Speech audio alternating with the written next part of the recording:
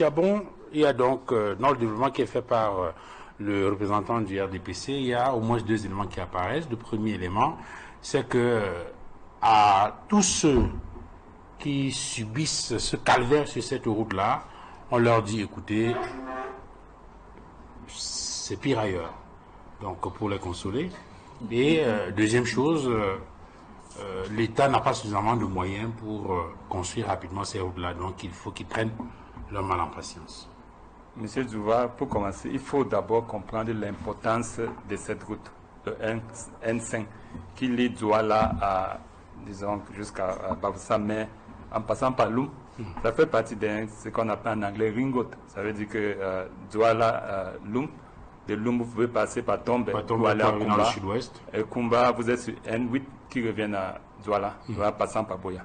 Donc c'est une route clé pour l'intégration nationale. Et le problème de ces routes ne commence pas aujourd'hui. Il y a plusieurs années, il y avait toujours les embouteillages qui fait en sorte que les voyageurs dépensaient plus de 4 heures sur la même place vers le péage à Brest-Souzala, à Banga. Donc, la gouvernance, c'est l'anticipation. Ça veut dire que quand vous voulez gouverner, il faut anticiper et corriger avant que ça n'arrive. Mais chez nous, on a l'impression que le gouvernement ne fait pas ce travail. Ça veut dire qu'on attend jusqu'à ce qu'il y ait catastrophe et puis on attend les autres instructions qui viennent partout, qui ne servent à rien. Ce n'est pas comme ça qu'on gouverne les pays. Parlant des autres pays africains, le Cameroun est parmi, je dis bien parmi, le pays le mal gouverné en Afrique. Nous sommes 37 sur l'index Ibrahim de bonne gouvernance. 37 sur 54. Et après le 37, vous allez voir que les autres pays qui sont derrière nous, c'est des pays qui ont subi de longues guerres. Des pays comme le Soudan et tout ça, qui sont dans des guerres perpétuelles. Parmi les pays qui ont eu un peu de stabilité pendant une bonne durée, le Cameroun est parmi le dernier.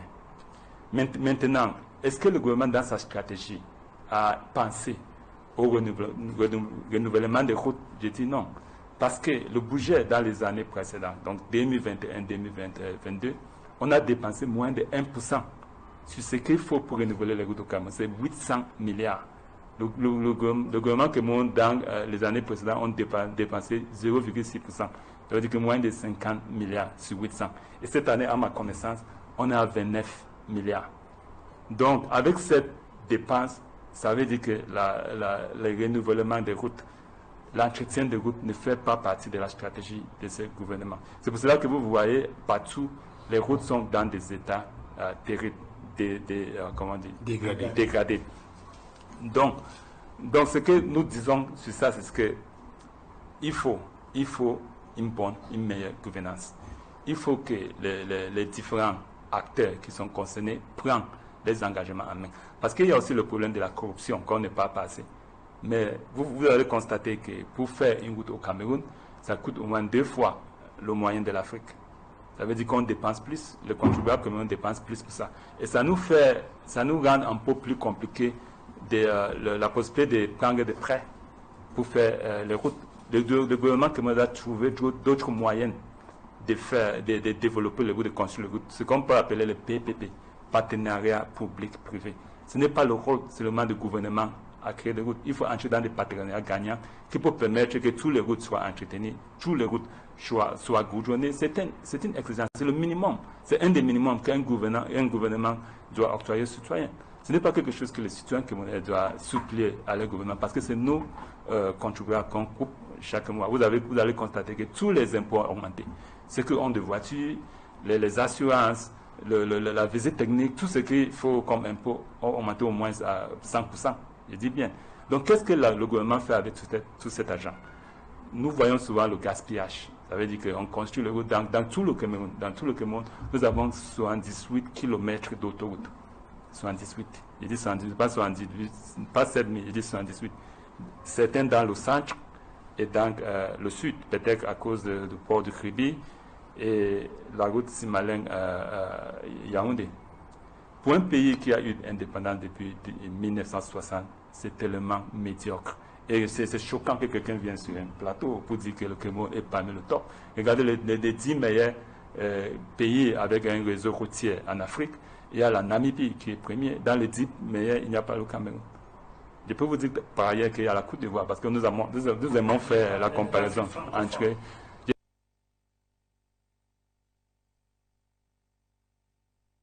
Je dis dans l'Afrique entière. Vous parlez de l'Afrique francophone. Il faut arrêter à l'Afrique francophone. Bon, Pourquoi vous restez sur l'Afrique francophone? Non, je suis non, il est parmi les top 10. parce que, en fait, Ça veut dire que vous admettez. parce que s'il y a à prouver, écoutez un peu, parce que s'il y a à prouver, je vous prouverai par les statistiques faites par une institution. Donc, je ne le dis pas au hasard, donc je ne le dis pas tout simplement pour avoir raison. Mais j'ai également dit que ce n'est pas pour autant que c'est bien.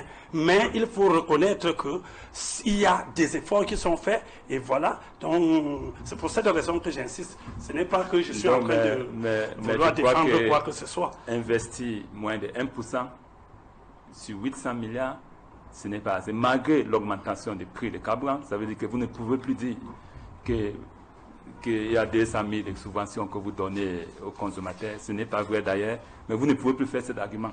Qu'est-ce qui justifie le fait qu'on est à 29 milliards sur l'entretien des routes? Et c'est ça qui explique le niveau dégradé de tous les routes au Cameroun. Même dans les villes comme Yaoundé, les grandes villes comme Yaoundé, là, tu ne peux pas faire 2 kilomètres sans passer par les nids de poules.